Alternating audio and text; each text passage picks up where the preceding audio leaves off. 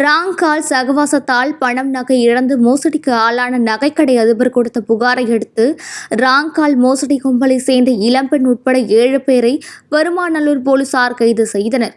விசாரணையில் திடுக்கிடும் தகவல்கள் அம்பலம். நாமக்கல் மாவட்டம் குமாரபாளையம் பகுதியை சேர்ந்தவர் வேலுசுவாமி மகன் ஜெகதீஷ். இவர் தனது மனைவி மற்றும் ஒரே மகனுடன் வசித்துக் கொண்டு அதே பகுதியில் ஸ்ரீ வேல்முருகன் என்ற பெயரில் நகைக்கடை நடத்தி வருகிறார். இந்நிலையில் கடந்த 1 மாதத்திற்கு முன்பு புதிய எண்ணிலிருந்து ஜெகதீஷ் அழைப்பு வந்துள்ளது. அந்த அழைப்பில் பேசிய பெண் ராங்கால் என்று கூறி செல்போன் அழைப்பை துண்டித்துள்ளார். இதையடுத்து சில நாட்கள் கழித்து அதே பெண் ஜெகதீஷை செல்போனில் தொடர்பு கொண்டு தனது பெயர் கிருத்திகா என்றும் பெங்களூரில் கல்லூரி படித்து வருவதாகவும் தனது அப்பா அம்மா இறந்துவிட்டதால் தான் மட்டும் குன்னத்தூரில் உள்ள தனது பாட்டி வீட்டில் தங்கி வாழ்ந்து வருவதாகவும் அறிமுகப்படுத்திக் கொண்டார். அதன் பிறகு அடிக்கடி செல்போனில் பேசி பழகி வந்துள்ளனர். மேலும் ஒரு நாள் இருவரும் நேரில் சந்திக்க வேண்டும் என்று சொல்லி வந்த கிருத்திகா கடந்த 3ஆம் தேதி தனது பாட்டி உடல்நிலை சரியில்லாமல் மருத்துவமனைக்கு சென்று விட்டார். அதனால் வீட்டில் தான் மட்டும் தனியாக இருப்பதாகவும் குன்னத்தூருக்கு நேரில் வந்தால் தனிமையில் இருக்கலாம் என ஆசை வார்த்தை கூறி அழைத்து ஜெகதீஷுக்கு வலை வீசியுள்ளார். குடும்பஸ்தனான ஜெகதீஷ் தனது பொறுப்புகளை மறந்து சபல புத்தியால் கிருத்திகாவின்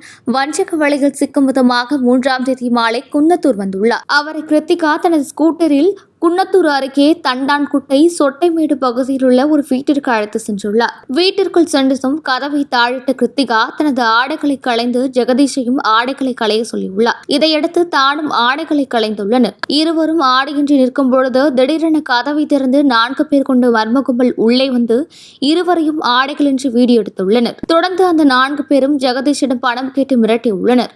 பணம் தர மறுத்ததால் வீடியோவை உறவினர்களுக்கு அனுப்பி சமூக வலைதளங்களில் பதிவேற்றுவோம் என்று மிரட்டி பேரம் பேசியுள்ளனர். இறுதியாக ஜெகதீஷிடம் 2.10 லட்சம் ரூபாய் பணத்தையும் கழுத்தில் அணிந்திருந்த 2 பவுன் தங்க சங்கிலியும் பறித்துக் கொண்டு மர்ம கும்பலை சேர்ந்தவர்கள் அதே ஸ்கூட்டியில் ஜெகதீஷை அழைத்து வந்து அருகில் இருந்த பஸ் ஸ்டாப்பில் இறக்கிவிட்டு விஷயத்தை வெளியே சொன்னால் கொன்று விடுவோம் என்று மிரட்டி சென்றுள்ளனர். பயத்தில் வீட்டுக்கு திரும்பிய ஜெகதீஷ் மறுநாள் பெருமாநல்லூர் காவல் நிலையத்திற்கு வந்து நடந்த சம்பவத்தை கூறி புகார் அளித்துள்ளார். புகாரை அடுத்து வழக்குப்பதிவு செய்த பெருமாநல்லூர் போலீசார் தீவிர விசாரணை மேற்கொண்டனர். விசாரணைகள் ஜெகதீஷிடம் பணம் பறித்த பிறகு அனைவரும் செல்போனை சுவிட்ச் ஆஃப் செய்துவிட்டு தப்பி ஓடியிருப்பதும் மர்ம கும்பலுக்கு தனக்கும் தொடர்பில்லாதது போல கிருத்திகா நடந்திருப்பதும் தெரியவந்தது. இதையடுத்து செல்போன் சிக்னல் மூலம் விசாரணை மேற்கொண்ட போலீசார் முதலாவதாக ஈரோடு மாவட்டம் அத்தியூர் அடுத்து புதுக்காடு பகுதியை சேர்ந்த ஆரான் மகன் பழனிசாமி, ஈரோடு மாவட்டம் அரச்சரூல் பகுதியை சேர்ந்த சேகர் மகன் கிருத்திகா மற்றும் தர்மபுரி மாவட்டம் ஒகேனக்கல் அடுத்து ஒட்டமலை பகுதியை சேர்ந்த சண்முகம் மகன் அருண்குமார் ஆகிய 3வரையும் பிடித்து விசாரணை மேற்கொண்டனர். விசாரணைகள் ஈரோடு அரசு கலைக்கல்லூரி BA வரலாறு படித்த கிருத்திகாவை வைத்து